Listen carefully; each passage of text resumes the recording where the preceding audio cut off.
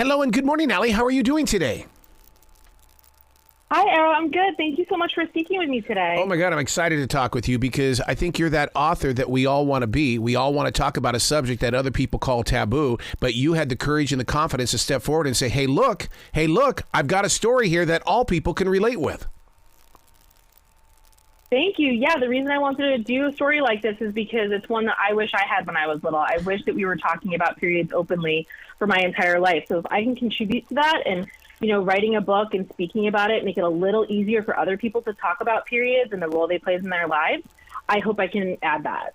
You know what's really interesting about this is that when I picked up this book, I was instantly shot back to Ponderosa Elementary School in Billings, Montana, when we went into the library, and there it was, that book, and you know which one I'm talking about, and it changed every guy. That's what I think this book is going to do too, because we're not talking about it, but every guy is going to learn from this and hopefully find some respect for this.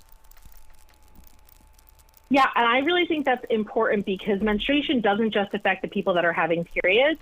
It affects our entire community. If anyone is missing class, we're all harmed. If anyone's shrinking into themselves because they're feeling shame, we're all harmed, and we all need to be involved in the fight for period equity. And you know what's really interesting is that this stretches up into adulthood too, because my essential job is working with every age group. And when word gets around, only because we want to share compassion, I think that compassion started when we first learned of what you're talking about, the period. Yes. So that's why I wanted to start this story in middle school, because I think that we need the stories from the first time or even hopefully before somebody has their first period. And that if we learn about this stuff in middle school, we're going to be advocating for our own health care throughout our entire lives. Now, let me ask you a question, because I remember when my sister started growing into womanhood, she was really upset that this started to happen. And I've heard that story from so many people. How do you embrace that where little girls now becoming women go, God, oh, come on, I didn't want this to happen now? Yeah, I think what a really important point to remember is that at any age that you get your period, which we know can be as early as 8 years old, this is definitely an elementary school issue and middle school issue. It's not something that we can wait to talk about until high school. But you are still the child that you were the day before you got your period. And you're still going to be dealing with these issues with your friends as you get older and go through puberty. And so I really wanted to write this story because it was friends that got me through these tough issues in middle school, and it was laughing and really helping each other that got me through it. So I wanted to write a story where kids do not feel alone, whether it's in talking about periods at all or whether it's in advocating for the care that they need at schools.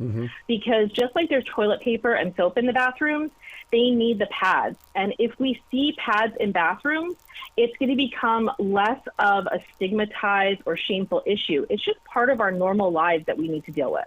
You know, one of the invisible superstars in this story is the relationship between Helen and Gracie, and also the voice they create. So many times, so many young adults, especially in middle school, don't feel like they've got a voice. Yes, they do, and you really kind of invite them to do that. Yeah, so there's two parts of that. So the first is that when you read this book, you'll see these girls are not born do-gooders. They are absolute chaos monsters. But what I wanted to do is write a book where, the people creating change, they're not the kids with the perfect grades. They're not the kids who are on the student council. I wanted to remind students that everybody has a voice, everybody matters, and you don't need to wait until you're a grown-up to use that voice. The other issue is that because menstruation affects everybody, we want everyone working together. Yeah. And through these kids, they are not only just like constructing arguments or like looking at a budget, they kind of use their chaos. They use making maxi pad cupcakes and crocheting uteruses and making t-shirts. They use all that to make people feel comfortable and have fun and draw them into the process, as opposed to it being just a facts and figures argument. You know, as a writer, you made it a path. You made a path that really kind of says there are moments where I can laugh, and there are moments here where I can show the compassion. I love the emotion that you put inside your paragraphs, and it's like, how and when did you decide that it's like I'm going to hit every single type of emotion in this book and make it very real, but at the same time very entertaining? Wow, thank you so much. I think it's because at this age, I probably felt every single emotion. It felt like every single minute of every day. And so I think if we embrace that part of our childhood as authors, we can help kids through it today. Like, it's okay to feel like rage. Like, how could they not understand that this is affecting every part of my life, while also feeling like I don't want to have to talk about this with anyone? If we embrace all of that in a story, I think it can make kids feel less alone when they're figuring out how they're going to speak up, whether it's with their parents, with their school, or with their friends, about what they need and what they're feeling. Was the principal your principal? Because, I mean, I really felt like that I was looking into the eyes of Mr. Eschler at Riverside Junior High School when you were speaking of the principal storyline. No, so I have to say that the principal in this book, like, she really empathizes with the kids. She realizes that they need the pads, but she also knows she's fighting for everything at school, right? And so what I wanted to do is have a principal that really is seeing that, what they're going to spend their political capital on as principals, right. It's limited. And so they have to decide what they're going to fight for. And so I think sometimes it has to be the kids getting in their faces and saying, this is what's important to us. It might be easier for you to get funding for yet another sports team if that's what the parents are asking for. But we're telling you that what we need is pads in the bathroom so that we can take care of ourselves. God, you bring up so many. See, adults need to read this book too. This is not just for YA readers, because you're stirring up so many memories of what we went through in our own schools, and I think this is such a connection. I really hope that's the case too. So I'm really lucky that Scholastic is not only publishing this book, but they've sent me around the country to talk to thousands of people about this issue already before the book even comes out tomorrow.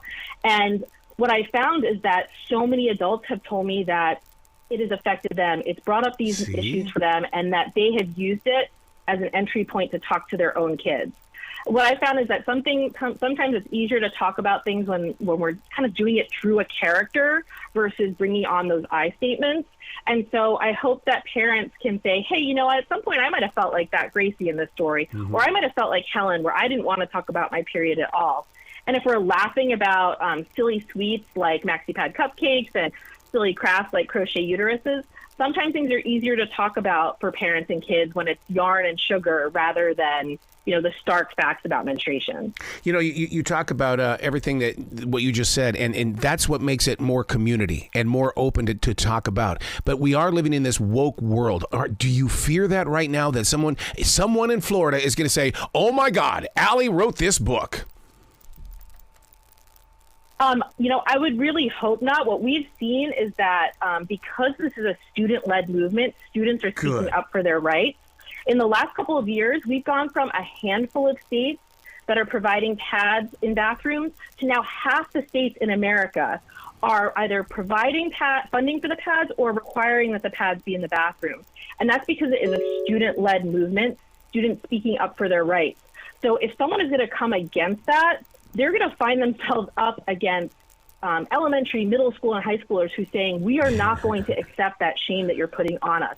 This is part of our daily lives. We need this care to get our education, and we're not going to stand for anything less. God, I love where your heart is. Let me ask you a question. All right, you talked about going around and talking to people about this. Is there a website? Because this is still a very private issue for many young women, and they need someone to talk to or to find information.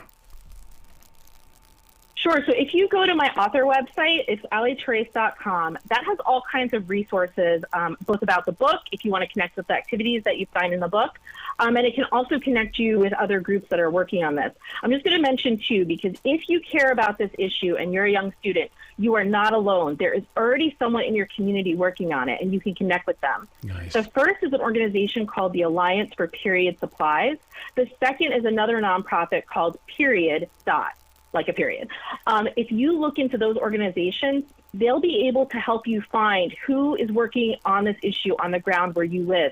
And then working with your trusted adults, whether they're your parents or teachers, you can figure out the best way for you to get involved. Wow. Allie, you've got to come back to this show. 10 minutes was not enough time with you. Thank you so much, Arrow. I love talking with you about this today, and I want to thank you personally so much for being out in front on periods and making it something that everybody can talk about. Absolutely. Be brilliant today, okay, Allie? Thank you.